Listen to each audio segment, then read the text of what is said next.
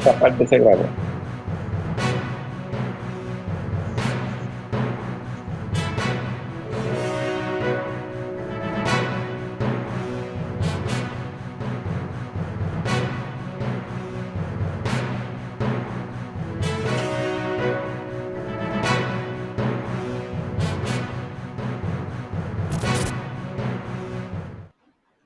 Hoy en nuestro programa tenemos a Dennis Small. La conexión no está muy buena, pero vamos a ver si hacemos contacto con él para analizar este tema que tenemos hoy pendiente. Es decir, hoy vamos a analizar con Dennis Small lo que es la crisis que se ha presentado a nivel mundial con la situación de guerra entre Ucrania y Rusia, la posibilidad de que haya una solución, pero también el contexto en que se ha ido desarrollando estos acontecimientos, como desde el 2022 ha habido una ofensiva clara y se ve que hay fuerzas de Occidente que están tratando de que esa guerra se mantenga. Bueno, ya tenemos a Dennis Small. Dennis, ¿cómo está? Estoy bien, espero que ahora sí funcione el micrófono. No, ya se oye bien, nítido se oye, Dennis. Iba a Sí, denunciar al MI6 y la inteligencia británica y la CIA por sabotear esta discusión. Mucho sí, gusto sí, estar de ¿cómo nuevo que? contigo, Miguel. ¿Cómo estás? Igual, igual, igual. Bienvenido al programa de nuevo y vemos una situación mundial muy difícil, Dennis Sí, Small. La situación está que hay que ponerse en pie de lucha, pero para lograr la paz, porque ese es el objetivo, tratar de que la paz resplandezca en el mundo y que no tengamos esa situación de inestabilidad y posibilidad de una guerra termonuclear que podría aniquilar la especie humana. Esa es la preocupación de nosotros en estos momentos. Pero sí. ¿cuál es el contexto, Denis, en que se presenta este conflicto entre Rusia y Ucrania? ¿Cómo podríamos verlo en este contexto actual de la lucha y de la guerra que se libra entre esos dos países? Sí, sí, sí.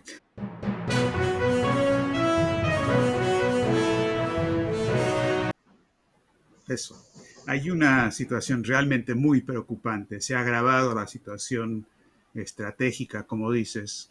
Hoy es sábado 7 de junio, 6 días, hace 6 días, el 1 de junio, como todos sabemos, hubo un ataque bastante sofisticado con drones de Ucrania en contra de por lo menos 5 bases aéreas de Rusia, pero las bases que tienen los bombarderos estratégicos, es decir, los que tienen armas nucleares. Ahora, en ese momento lo que dijimos nosotros es que aquí una de dos, si el presidente de Estados Unidos sabía de este ataque en contra de la capacidad nuclear, de guerra nuclear, de la mayor superpotencia nuclear del planeta, porque los rusos tienen más ojivas nucleares que Estados Unidos, ese tipo de ataque y provocación que puso al mundo al borde de un conflicto nuclear, eh, si la cuestión era si Trump sabía de eso, significaba en realidad el fin de las discusiones entre Trump y Putin, que estaban caminando en una dirección positiva hacia una, si no paz negociada, por lo menos una discusión de la crisis de Ucrania.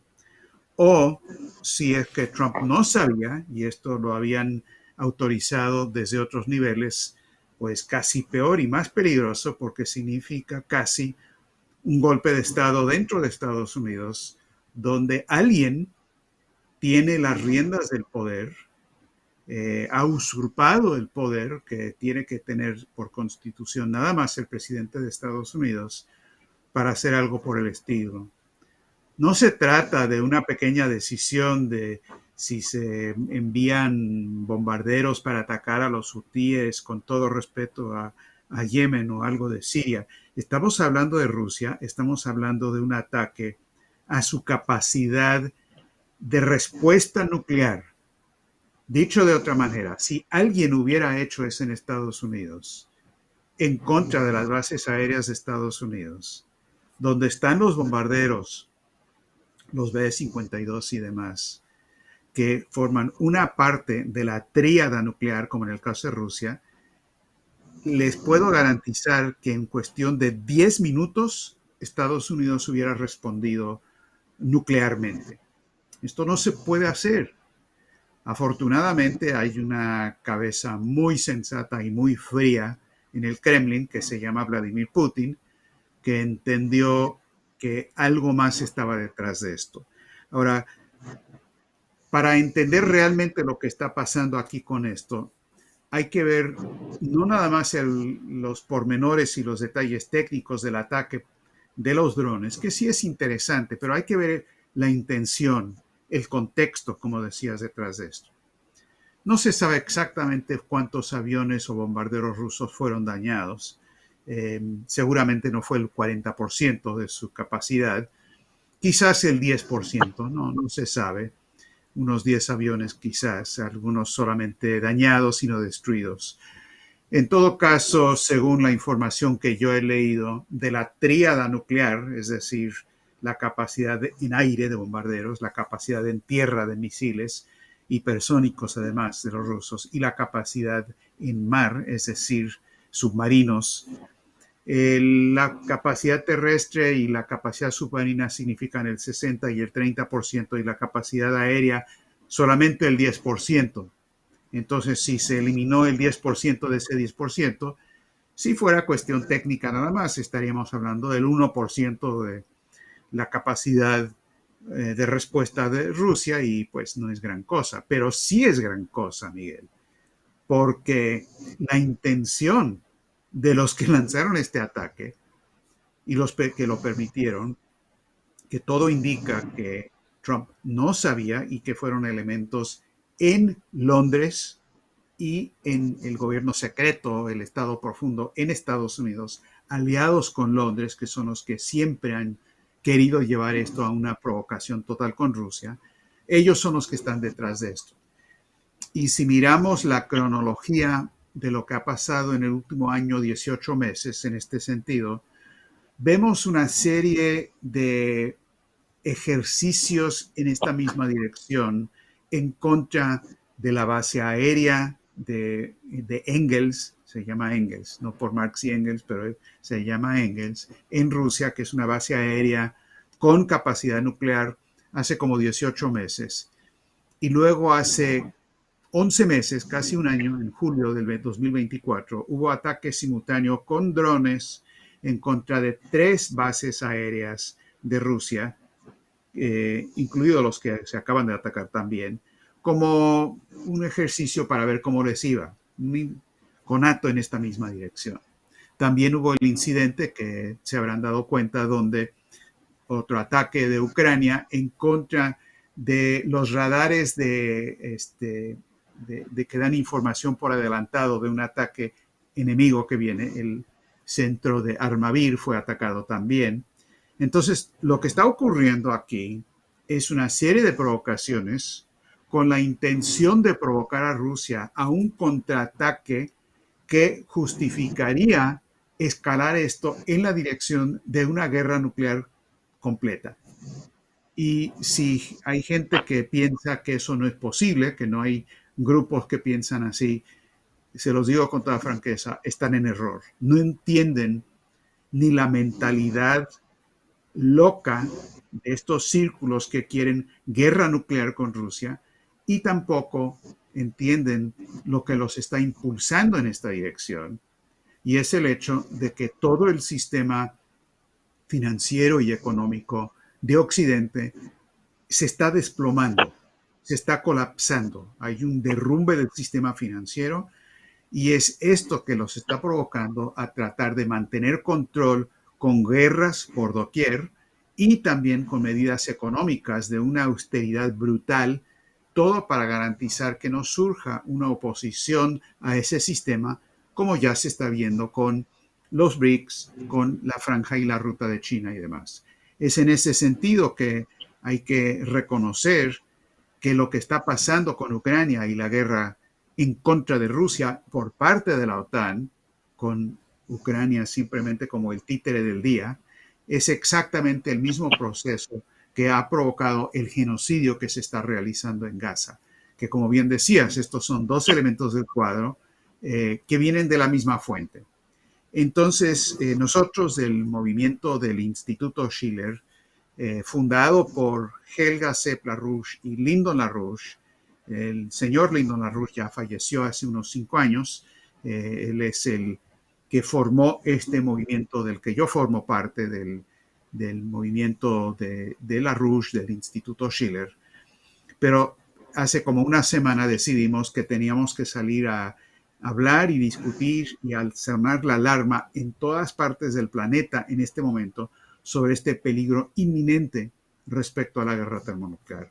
Entonces, para nosotros, este diálogo aquí, esta discusión, hoy en la tarde tengo una videoconferencia con colegas en Brasil, en una universidad, forma parte de, yo diría, 80, 90, 100 discusiones en todas partes del planeta con gente que como ustedes estamos preocupados y que solitos quizás no se puede hacer mucho, pero juntos sí somos una fuerza a favor del paz y el desarrollo económico, que siempre es el fundamento de la paz.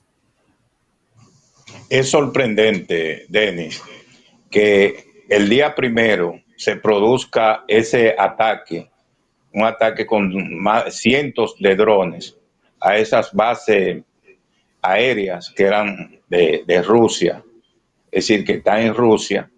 Y el día siguiente había el encuentro en Estambul para discutir el problema de la paz. Es decir, que se ve que hay una provocación para evitar que ese acuerdo que se podía lograr en Estambul eh, floreciera. También después se dio otro ataque a un famoso puente ruso con explosivo. Es decir, que eso fue 2 días después.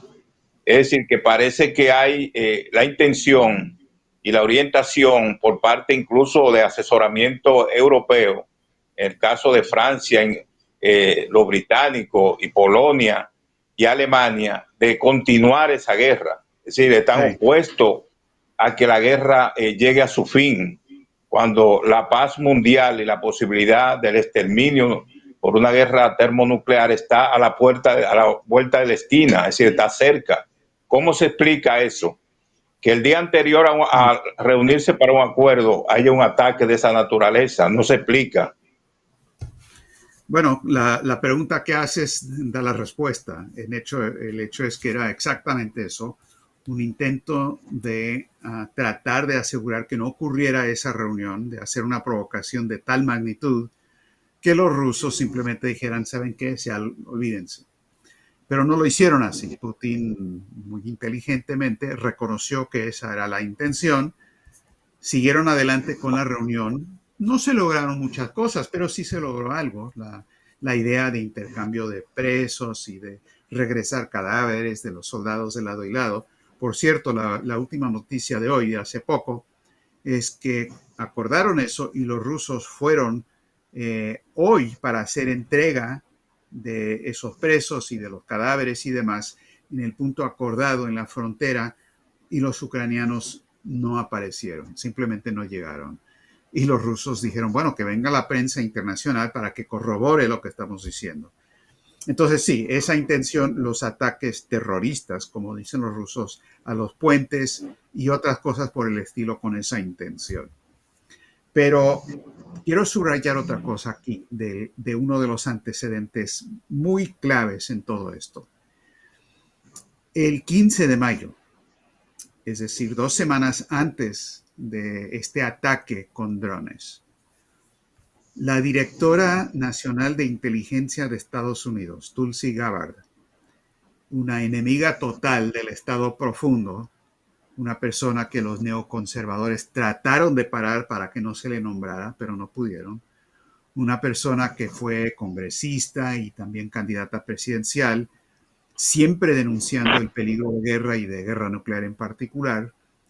Ella en televisión nacional, en Fox TV, denunció que el ex director del FBI, James Comey, reciente, era, era recientemente exdirector de hace algunos años, no de hace 50 años, que Comey había amenazado de muerte al presidente Trump, que había hecho un llamado al asesinato de Trump. Y hay detalles de eso que son pertinentes. Eso lo repitió el otro día Trump como para avalar lo que dijo Tulsi Gabbard. Entonces estamos aquí en una situación donde alguien, los británicos en particular, lanzan un ataque provocador de una guerra termonuclear con Rusia. 2 semanas antes se denuncia que hay un intento de ataque para asesinar al presidente de Estados Unidos, que además había sufrido ya 2 atentados, y que en este mismo periodo, en ese mismo lapso, a fines de mayo, hay un atentado en contra del helicóptero de Putin al viajar a la región de Kursk, de nuevo con drones ucranianos. Ahora, esto lo denuncia el canciller de Rusia, Sergei Lavrov, diciendo que hubo un tal ataque. Uno se tiene que preguntar, al igual que en el ataque del 1 de junio, ¿de dónde sacaron la inteligencia los ucranianos? ¿Cómo sabían dónde viaja el helicóptero del presidente de Rusia? ¿Cómo saben dónde va a viajar? ¿Quién está? ¿Cómo se mueve? Estas son las cosas que no se detectan con satélites comerciales donde uno puede sacar una fotografía de lo que pasó hace 2 días. Esto es inteligencia de nivel militar disponible únicamente por estados como Londres, Francia, Estados Unidos muy particularmente. Entonces tenemos una situación, Miguel, donde no solamente hay una provocación de guerra nuclear contra Rusia, sino en este mismo periodo hay 2 atentados, uno contra el presidente de Rusia y otro contra el presidente de Estados Unidos. Esto nos dice algo, nos dice que nos puede gustar o no Putin, nos puede gustar o no Trump, pero no hay que pisar el palito de lo que los británicos están queriendo provocar, de este tipo de golpes de Estado con peligro estratégico, que en realidad lo que más se asemeja a esto es lo que ocurrió el 11 de septiembre. Y quiero hacer hincapié en esto, porque cuando ocurrió el ataque del 11 de septiembre, Lyndon LaRouche hizo una serie de evaluaciones y de denuncias. Lo más interesante sobre lo que ocurrió es que en el momento mismo que estaban ocurriendo estos ataques, el presidente Putin, porque era presidente de Rusia, en ese momento llamó al presidente Bush, el Bush hijo, George W. Bush, para decirle, no somos nosotros, los respaldamos a ustedes totalmente, y para garantizar que ustedes entiendan que nosotros no estamos queriendo sacar ventaja de este acto terrorista, estamos reduciendo el nivel de activación de nuestro aparato de disuasión nuclear, que por supuesto el otro lado lo detecta, ¿no? Entonces Putin dijo inmediatamente, bajamos el nivel y lo respaldamos a ustedes. Y también hizo un programa de televisión nacional en Rusia donde dijo lo siguiente Putin: en nombre de Rusia, quiero decir al pueblo estadounidense que estamos con ustedes en la lucha contra el terrorismo internacional. Ahora bien, 2 meses más tarde, 3 meses más tarde, el 23 de diciembre del 2001, Lyndon LaRouche escribió lo siguiente. Son 2 párrafos, es un poquito largo, pero sí lo quiero leer porque creo que es un retrato hablado de lo que estamos viviendo hoy. LaRouche dijo lo siguiente: mi conocimiento detallado de la crisis estratégica que se avecinaba, en la que se produjeron esos ataques del 11 de septiembre, no me permitía llegar a otra conclusión que no fuera la de que se trataba de un intento de golpe de Estado militar con un objetivo estratégico global de las más siniestras implicaciones imaginables. Es decir, golpe de Estado dentro de Estados Unidos en contra del presidente. Sigue LaRouche. el peor resultado posible de este complot militar, una posible escalada termonuclear descontrolada entre superpotencias, se evitó gracias a una oportuna conversación telefónica entre el presidente Bush y el presidente Putin, y luego la conclusión de la RUSH. Aunque la conversación telefónica, tal y como informó públicamente en repetidas ocasiones el presidente Bush, entre Bush y el presidente Putin, aunque eso dio lugar al fracaso de los objetivos estratégicos nucleares iniciales del intento de golpe de Estado, los autores de ese intento siguen en libertad, siguen acechando desde las posiciones de alta jerarquía que ocupaban en la madrugada del 11 de septiembre y siguen preparados para atacar, amenazando al gobierno y al presidente de Estados Unidos hasta el día de hoy. Cierra comillas. Eso lo dijo en el 2001, pero se aplica totalmente a la situación de hoy. Afortunadamente, el presidente Trump le habló al presidente Putin. No lo hizo de inmediato. Hubo 3, 4 días de tensión y suspenso terrible a nivel mundial porque no se sabía qué sabía Trump y qué es lo que no sabía. Afortunadamente se hablaron, se entendieron. Trump dijo que Putin le dijo que iban a haber represalias, que tenía que responder y básicamente dijo, bueno, yo entiendo. Entonces, ese contacto a ese nivel de un presidente Trump que no está bajo el control de Wall Street y el MI6. Eso no quiere decir que todas las políticas de Trump son buenas, muchísimas son muy malas, pero es un elemento que no está controlado por los intereses de Wall Street y la City de Londres, que están en una quiebra irremediable.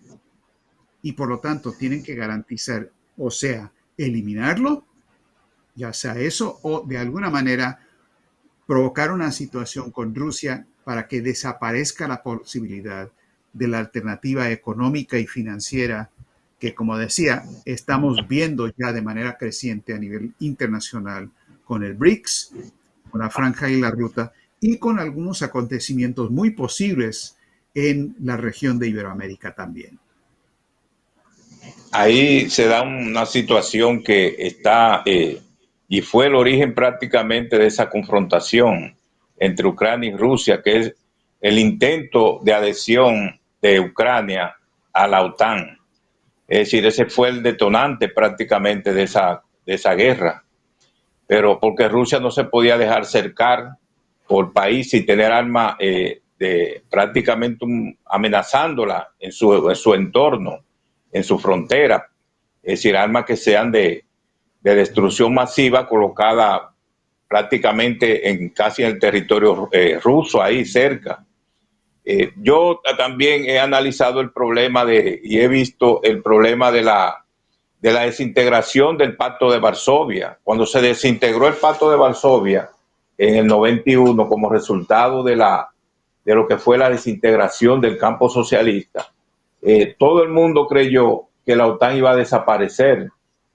Entonces, y no desapareció, sino que la OTAN, que fue un mecanismo que en los años 40 se creó para contener y para tener disuadido al campo socialista, ya no tenía sentido al desaparecer el sistema socialista mundial a partir del 90-91.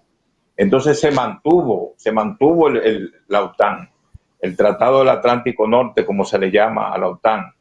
Entonces, no se explica cómo la OTAN ahora promueve esa guerra, los países que le integran en Europa, porque son los promotores de esa guerra. A pesar de que Putin ha mantenido en cierta medida flexibilidad en cuanto a la posibilidad de llegar a un acuerdo de paz y de darle conclusión ya a esa guerra, por las implicaciones que puede tener.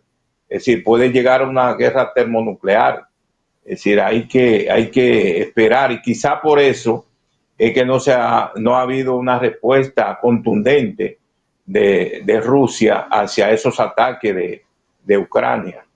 Es decir, que yo creo que esa situación va a resultar muy peligrosa, porque ya cuando se desata una confrontación a mayor escala, porque el objetivo es escalar la guerra, que la guerra se mantenga en una escalada permanente, para que así provocar ya una guerra quizá con armas de otro nivel, armas nucleares que podrían ya ser disuasivas, pero que ahí se puede también desatar una guerra que provoque la extinción de la especie humana sobre la Tierra, porque eso también hay posibilidades de eso.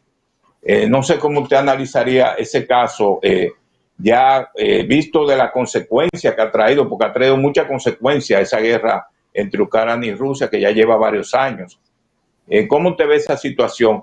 ¿Qué posibilidad de que eso desate ya una guerra de otra magnitud, si siguen los enfrentamientos a este nivel No, que se proyectan?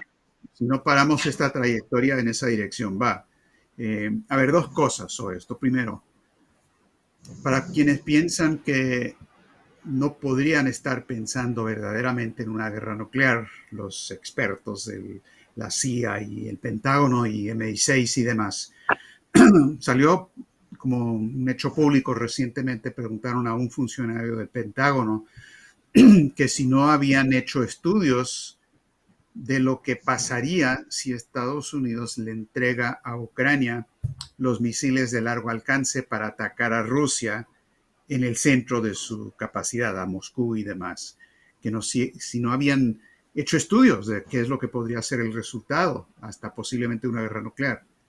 Y lo que dijo este funcionario del Pentágono es, sí, claro, se hicieron estudios y lo que nos dijeron es que había una posibilidad de 50-50 de que esto podría escalar a una guerra nuclear si Estados Unidos envía los misiles de largo alcance. ¿Qué deciden? Enviar los misiles de largo alcance. Es decir, decidieron a sabiendas de que había la posibilidad, claro, no era una garantía, no era 90-10, era nada más, entre comillas, 50-50, pero qué locura y qué desesperación estratégica para decir, bueno, es un riesgo que podamos correr con tal y que podamos destruir a Rusia, porque esa es la intención declarada, derrotarla, destruirla, desaparecerla. Entonces, eso punto número uno.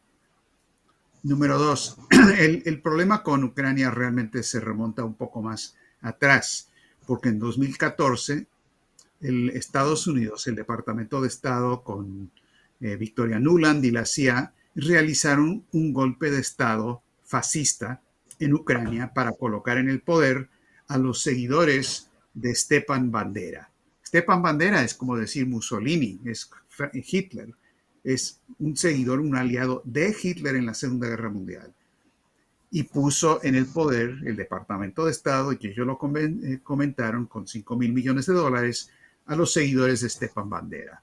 Un golpe de Estado fascista en el 2014. Y lo que hicieron de inmediato es que desde ahí, en ese momento, empezó la discusión de, bueno, vamos a incorporar a Ucrania dentro de la OTAN, con los resultados que dijiste, ¿no? Esto es obviamente inaceptable, pero eso fue resultado, pues, una de esas típicas revoluciones, ¿no? que hacen las revoluciones de color.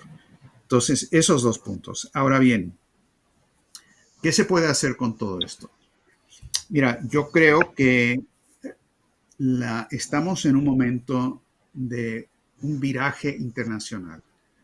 Estamos ante una situación extremadamente peligrosa, por un lado, pero también con muchas oportunidades y posibilidades de lograr un cambio total hacia una nueva arquitectura de seguridad y desarrollo. Una nueva arquitectura donde el contenido de eso, como lo ha planteado muchas veces Helga Sepp-LaRouche, tiene que ser la idea en el mundo de la seguridad indivisible. Es decir, tiene que haber seguridad para todos, no nada más para ti y no para mí, no nada más para Estados Unidos pero no para Sudamérica, no nada más para Ucrania y no Rusia, seguridad para todos, donde se garantiza el interés nacional y la soberanía de todos. Ese es un cambio total del sistema geopolítico actual. Y yo creo que ese aspecto de la indivisibilidad de la seguridad es algo que Trump ha empezado a entender en base a las discusiones que ha tenido con Putin.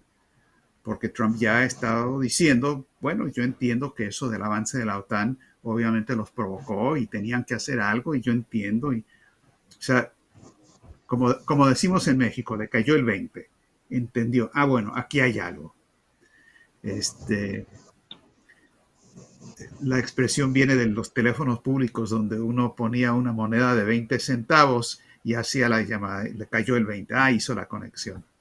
Con eso te indico hace cuántos años vivía yo en México y era un muchacho allá, hace como 3 o 4 siglos aproximadamente. Pero regresando al tema, le cayó el 20, bien. Ahora, pero también tiene que haber una situación de desarrollo, una nueva arquitectura de desarrollo, donde la misma condición de la indivisibilidad del desarrollo también tiene que existir. No podemos tener un mundo ya colonial, donde algunos intereses se benefician saqueando y destruyendo a otros. No podemos tener la venta de las materias primas a un precio intolerablemente bajo a cambio de la austeridad y el sufrimiento de la población. No podemos tener una situación de genocidio como estamos viendo en África o Haití o en Sudán o en otros lados. Tenemos que tener una nueva arquitectura de desarrollo donde la idea de que el desarrollo de todos está en el interés mío como nación. Ahí todavía no le cae el 20 a Trump. No lo entiende así. Él entiende y piensa que pues los grandes tienen que ganar y los pequeños pues allá ellos. Ni modo.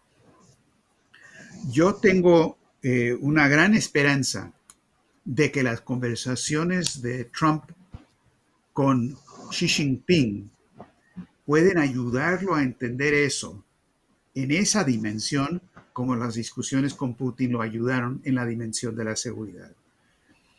Trump se lleva con Xi Jinping. Trump por lo general se lleva con gente poderosa y grande como él se siente. No se lleva con la gente pequeña porque él se cree superior. O sea, tiene la idea de que no todos los seres humanos son iguales. Esa es la puritita verdad. Pero en Putin entiende algo que tiene su par y lo mismo con Xi Jinping. Hay que aprovechar esa posibilidad de jalar al presidente de Estados Unidos en la dirección de un cambio económico profundo donde los intereses de Wall Street y la City de Londres no prevalezcan, donde se entienda que el interés nacional industrial de Estados Unidos no es contrario al interés nacional industrial de China, ni de República Dominicana, ni de Argentina, ni de Perú. Y en ese sentido creo que la apertura del puerto de Chancay en Perú, que es un puerto, un megapuerto que construyeron Perú y China, con tremendas posibilidades de desarrollo y de vínculos de toda Sudamérica a China existen. Y el hecho de que ahora están hablando entre Perú, China y Brasil sobre la posibilidad de construir un ferrocarril bioceánico que abra todo el continente al transporte a través de Chancay con China, abre las posibilidades del desarrollo de todo el continente en ese sentido. Si en los países de habla hispana impulsamos esa dirección por un lado, y si por el otro lado tratamos de aprovechar las discusiones entre Xi Jinping y Trump para jalar a Trump en una dirección por lo menos sensata, creo que hay posibilidades de lograr cambios verdaderamente profundos. Nos corresponde a nosotros, los que vivimos en Estados Unidos, a producir los cambios políticos en este país, en ese sentido, en el entorno de Trump. Pero es posible, porque estamos en una crisis profunda, existencial de todo el sistema, y eso suele abrir la mente de la gente a pensar en soluciones dramáticas y diferentes. Entonces, aunque veo un mundo en conflicto con un peligro verdaderamente enorme, insisto en el optimismo de lo posible en estos momentos también.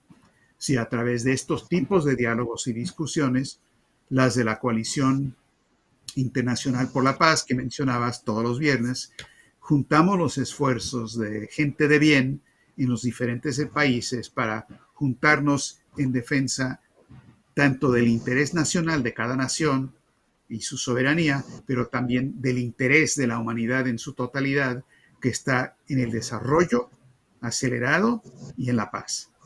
Entonces, esa es la visión que manejamos desde el movimiento de la RUSH. Ayer se dio una conferencia, es decir, se dieron varias intervenciones en lo que es la reunión internacional por la paz que dirige el Instituto de Chile. Es decir, yo participé en el día de ayer, duró casi, exactamente duró 2 horas y 49 minutos y fueron intervenciones muy puntuales. A mí me resultó muy alentador ver cómo se iban desarrollando las exposiciones, de manera que uno iba comprendiendo cabalmente lo que vive el mundo, a pesar de que también eso genera en mucha parte de la población del mundo también preocupación. Es decir, ¿qué se va a hacer? ¿Qué podemos nosotros contribuir? Por ejemplo, esos aportes que está haciendo el Instituto de Chile y ustedes en esa promoviendo la paz, no solo concentrando en un sector pequeño de intelectuales y expertos en relaciones internacionales y en geopolítica y en cuestión de seguridad, porque ahí participaron personas que eran duchos, que sabían lo que era la situación de la seguridad mundial, expertos en ese campo de la geopolítica.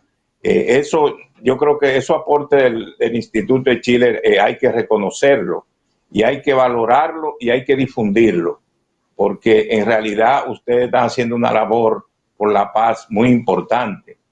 Entonces, esa orientación que se dan en esas reuniones, nosotros debemos de tomarla como una guía para darle seguimiento a lo que es el trabajo por la paz. El trabajo porque cada cual tiene que aportar un granito de arena, aunque sea mínimo, aunque sea pequeño, para que la situación no degenere en una confrontación de una magnitud que sea tan difícil luego de controlar. Por ejemplo, el caso de los palestinos en la Franja de Gaza, ya es una situación prácticamente incontrolable, porque no hay esa actitud y esa voluntad política de frenar esa extinción, porque es un genocidio prácticamente lo que se está haciendo de los israelíes contra los palestinos en la Franja de Gaza. Es decir, todos esos conflictos que se están dando, tanto el de esos dos conflictos que son los fundamentales, porque hay más de 30 conflictos a nivel mundial, pero lo que más está copando la atención de toda la mente humana son esos dos conflictos, porque pueden degenerar en confrontaciones que lleven conduzcan a la posible extinción de la especie humana.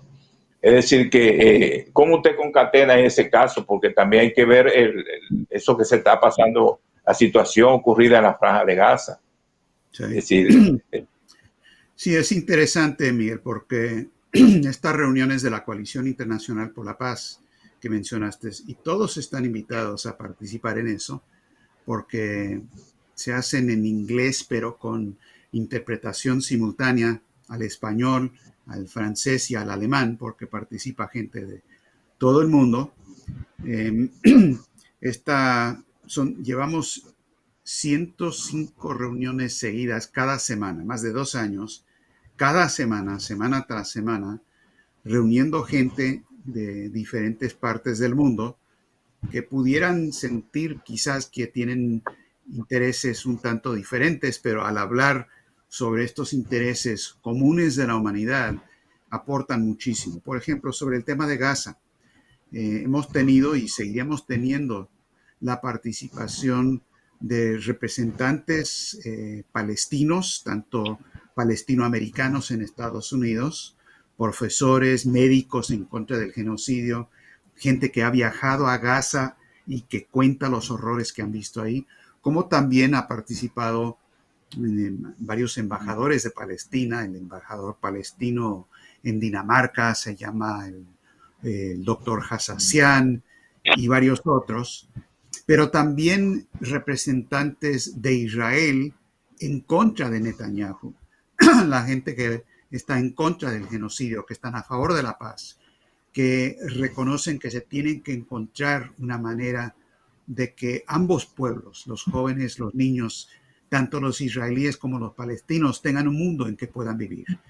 Y en ese sentido, hemos presentado como una idea de solución el plan Oasis que desarrolló Lyndon LaRouche, que es la idea de llevar desarrollo infraestructural, científico, suministro de agua potable, que es fundamental porque eso es lo que más hace falta ahí, a toda la región para desarrollar proyectos que le hacen bien a todo mundo, tanto a los israelíes como a los palestinos, como a los sirios, como a los iraníes, a todos. Y si uno puede encontrar los puntos de interés común de la humanidad, los puntos que nos unen, que no son simplemente abrazarnos y decir que nos queremos. Tiene que estar, eso está bien, pero tiene que estar en el interés económico de desarrollo en base a la ciencia avanzada, la tecnología avanzada, en beneficio de toda la humanidad. Esa es la base fundamental de la verdadera paz.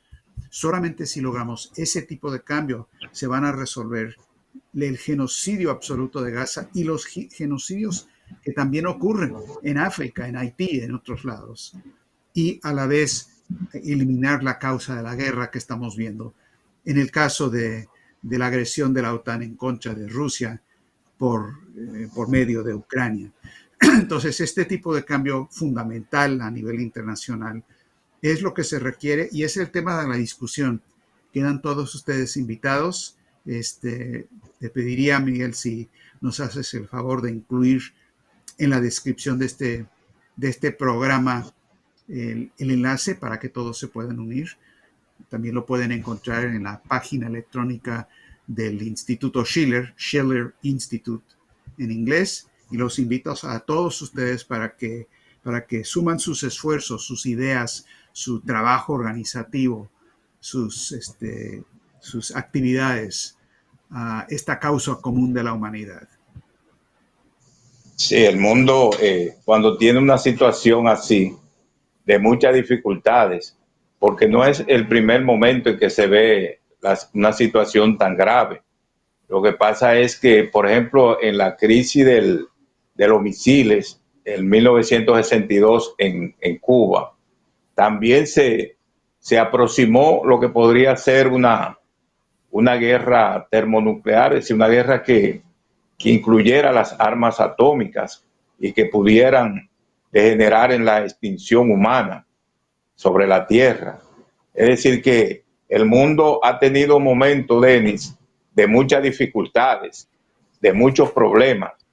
Es decir, el mundo se ha visto envuelto en conflictos que en realidad uno a veces piensa que por la cordura y por la flexibilidad de algunos dirigentes mundiales es que no se ha llegado a que se desate todo lo que podría ser una confrontación abierta por que la humanidad ya esté en peligro de eso, porque es un momento de dificultad que se vive.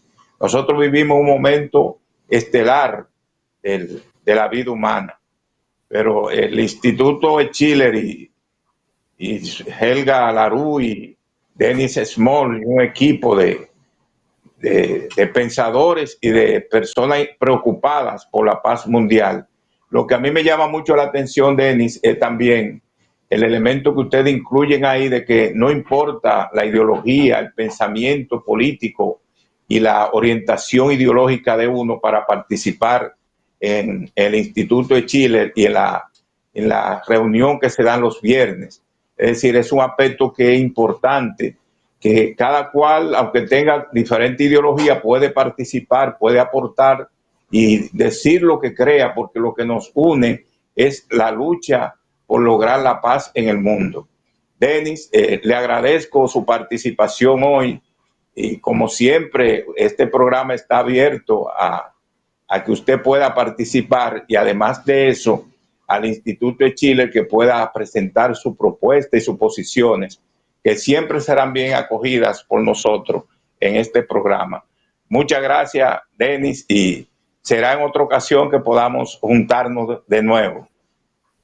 Perfecto, muchas gracias a ti y un gran saludo, un abrazo a todos los que están escuchando este programa. Bueno, será hasta el próximo sábado con su programa Hablemos de Ciencia, Tecnología y Sociedad. Muchas gracias. Gracias, Denis.